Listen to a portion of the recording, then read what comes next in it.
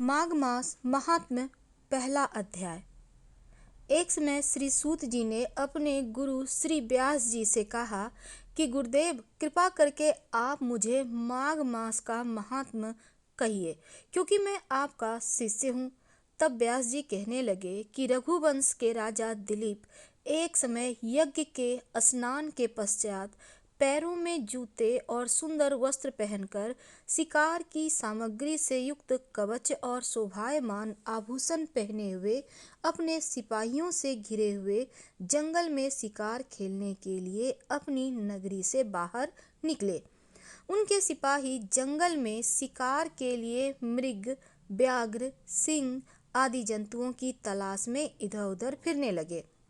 उस वन में वन स्थली अत्यंत शोभा को प्राप्त हो रही थी। कहीं कहीं मृगों के झुंड फिरते थे, कहीं गीदड़ अपना भयंकर शब्द कर रहे थे, कहीं गैंडों का समूह हाथियों के समान फिर रहा था, कहीं वृक्षों के कोटरों में बैठे हुए उल्लू अपना भयानक शब्द कह रहे थे, कहीं सिंहों के पदचिन्हों के साथ घायल मृगों के रक्त से भूमि लाल हो रही थी, कहीं दूध से भरी थनों वाली सुंदर भैंसें फिर रही थी, कहीं पर सुगंधित पुष्प हरी हरी लताएं वन की शोभा को बढ़ा रही थी, तो कहीं बड़े बड़े पेड़ खड़े थे, तो कहीं पर उन पेड़ों पर बड़े बड़े अजगर और उनकी केचुलियां भी पड़ी थी।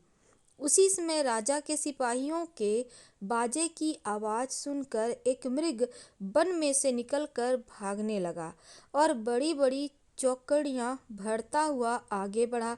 राजा ने उसके पीछे अपना घोड़ा दौड़ाया, परंतु मृग पूरी शक्ति से भागने लगा। मृग कांटेदार वृक्षों के एक जंगल में घुसा और राजा ने भी उसके पीछे वन में प्रवेश किया, परंतु दूर जाकर मृग राजा की दृष्टि से ओझल होकर निकल गया। राजा निर्जन वन में अपने सैनिकों सहित प्यास के मारे अति दुखी हो गए। दोपहर के समय अधिक मार्ग चलने से सैनिक थक गए और घोड़े रुक गए। कुछ देर के बाद राजा ने एक बड़ा भारी सुंदर सरोवर देखा, जिसके किनारों पर घने वृक्ष थे। उसका जल सज्जनों के हृदय के समान स्वच्छ और पवित्र था। सरोवर का जल लहरों से बड़ा सुंदर लगता था। जल में अनेक प्रकार के जल जंतु, मछलियां आदि स्वच्छंदता से इधर उधर फिर रही थी। दुष्टों के समान निर्दयी चित्त वाले मगरमच्छ भी थे। किसी किसी जगह लोभी के समान सीमाल भी पड़ी हुई थी। जैसे विपत्ति में पड़े हुए लोगों को दुखों को हरने वाली दानी पुरुष के समान यह सरोवर अपने जल से सबको सुखी करता था, जैसे मेघ चातक के दुख को हरता है। इस सरोवर को देखकर राजा की थकावट दूर हो गई और रात्रि को राजा ने वहीं विश्राम किया और सैनिक पहरा देने लगे, चारों तरफ फैलकर। रात के अंतिम समय में सूकरों के एक झुंड ने आकर सरोवर में पानी पिया और कमल के झुंड के पास आया तो शिकारियों ने सावधान होकर सूकरों पर आक्रमण किया और उनको मारकर पृथ्वी पर गिरा दिया। उस समय सब शिकारी कोलाहल करते हुए बड़ी प्रसन्नता के साथ राजा के पास गए। राजा प्रभात हुआ देखकर उनके साथ ही अपनी नगरी की तरफ चल पड़ा, जिसका शरीर तपस्या और नियमों के कारण बिल्कुल सूख गया था, जो मृग छाला और वल्कल पहने हुए और नख, रोम और केश धारण किए हुए था।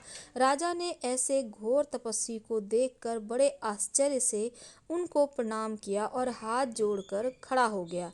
तपस्वी ने राजा से कहा कि राजन, इस पुण्य शुभ माघ में इस सरोवर को छोड़कर तुम यहाँ से क्यों जाने की इच्छा करते हो?